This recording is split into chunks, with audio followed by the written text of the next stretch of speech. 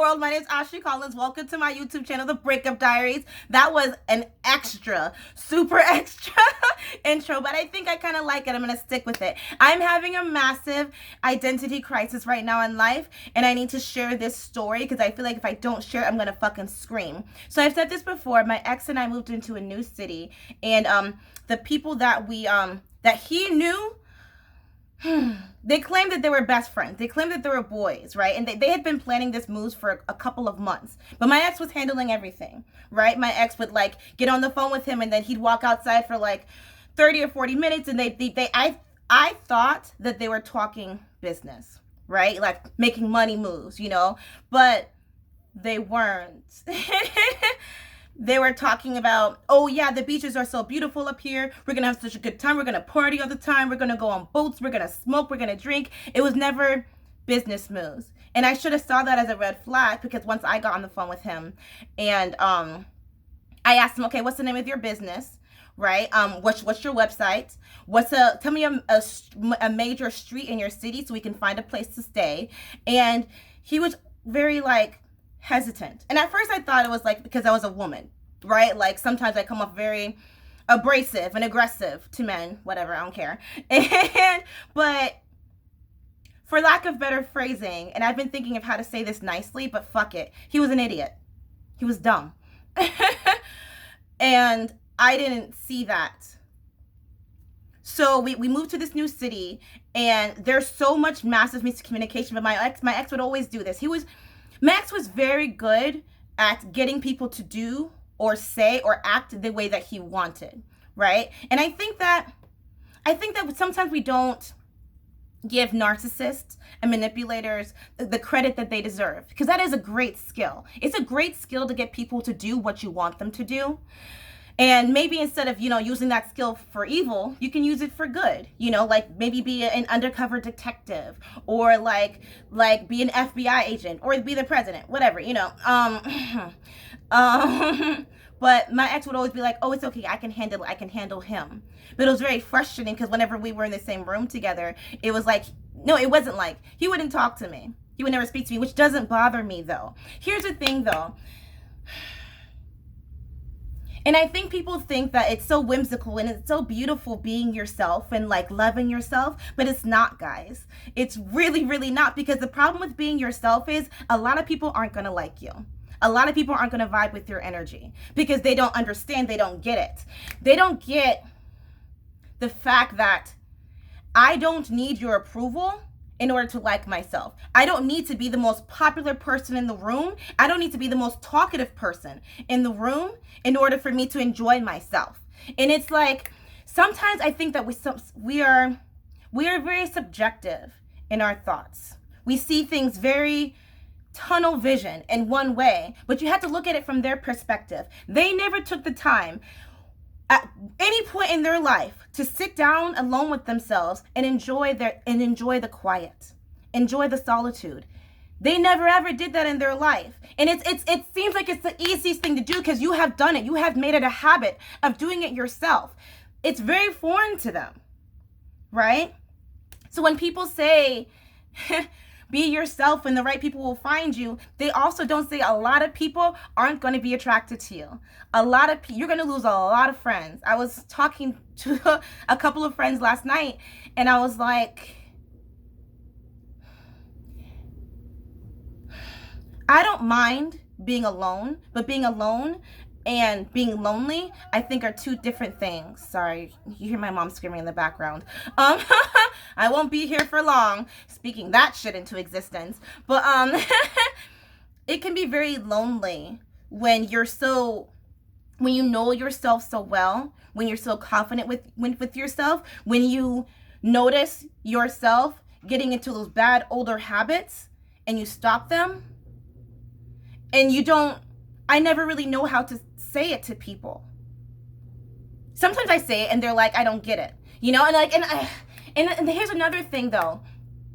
Do you actually know yourself? Are you actually being yourself? Or are you just following the crowd? Are you following what's trendy? Because I'm seeing a lot of that, right? A lot of group thinking, a lot of group outrage. Are your thoughts really your own, or are you a rebel without a cause?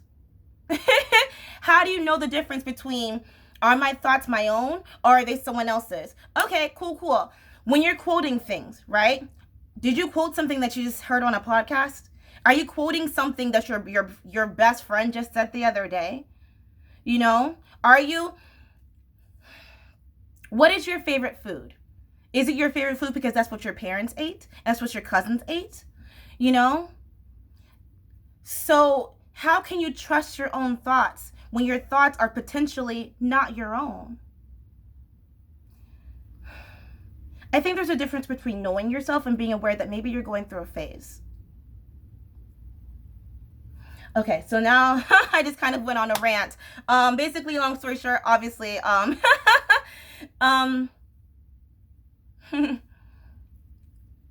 think I'm probably in that in-between stage in life where I'm rediscovering knowing myself so well that I forgot that as a result, it's going to make a lot of people uncomfortable. It's going to make a lot of people be like, well, you're a bitch. Am I really a bitch though? Or is it like, I don't want to sit around and group. Oh my gosh, I had a boss once. Like they would always sit around, or I guess stand around and just like gossip. And that's not my thing. Like I don't want to stand around and gossip. When I clock into work, I'm here to work. But that made me come off as a bitch because I didn't want to stand around and talk to them. You know, you paid me to work, right? So that's what I'm here for. I'm not here to make best friends. Okay. At some point we lost our curiosity, right? We lost our curiosity because what's the common phrase? Mother knows best, right? So now we've adopted these new mothers, right? Where it's like we're afraid to take leaps, we're afraid to take chances because, oh, well, so-and-so said I shouldn't try this, or so-and-so said I shouldn't feel this way, or so-and-so said I should be enraged because of this reason. And it's like, it's okay to, I think that in life I wrote this down. In life, you are your own experiment. And you're going to go through different phases in order to find yourself. And that's okay. And I think the problem with cancel culture is you're not giving that person that room, that space to discover themselves, to find who they are. You know? Okay.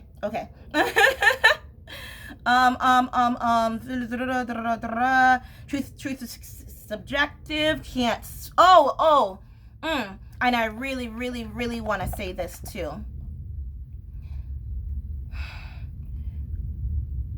As a result of loving yourself, congratulations, I'm very proud of you. and having the belief that you know who you are, you can't force that belief on other people.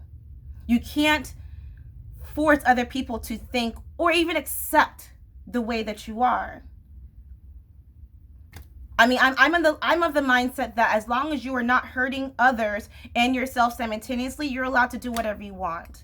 But make sure that you aren't hurting yourself. Because as a result, when you hurt yourself, you're going to wound other. As a result, by hurting yourself, you're going to wound other people who don't deserve it. Stop looking for acceptance in places where you don't belong. Stop. Not everyone lives their truth from their point of view. Like, don't try to think in box thinking. Fuck the fucking box. There is no fucking box when it comes to a way of life. Think outside of that shit. The box doesn't even fucking exist.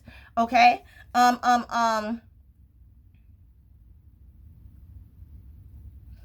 how do you be yourself? Think. That sounds... Think and question everything. That's what I do. Why is my favorite word? Why and no are my favorite words in the whole fucking English dictionary. Why should I think this way? Why should I be this way? Why? And form your own opinion. It's romantic to think that we are born knowing ourselves. At 5 years old, I always knew I would want to do this. At 12, I always knew I want to do that. But it's a learning process. You learn how to discover yourself. You learn how to like yourself. And eventually that does lead to love. And honestly, once you know yourself well enough, you really stop giving a fuck about other people's opinions. And I'm working towards that. Sometimes I I sit back and I hear the words of my ex. Because at one point, I thought he liked me because I didn't think like everyone else. I thought he liked me because I was very vocal and I was very out there. And but then he didn't like that. And he wanted me to just obey and be more like him and just stop talking as much. Instead of asking, how do I identify? Maybe we should ask, do I matter? I think that's a much more powerful question. And I think that's very important to your self-worth. Do you feel worthy enough to be a part of this world? When you leave this planet, what are people going to say about you? Are they going to say that, oh, she was great to party with? God. Some people, yeah, maybe that's your truth, which, that's your truth. And your truth is subjective to you and your legacy. That's not what I want, though.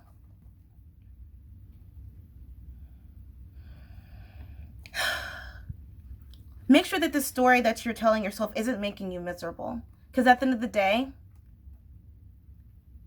your self-worth, your self-value is way more than other people's fucking egos. Than other people's... Your peace matters more than other people's chaos.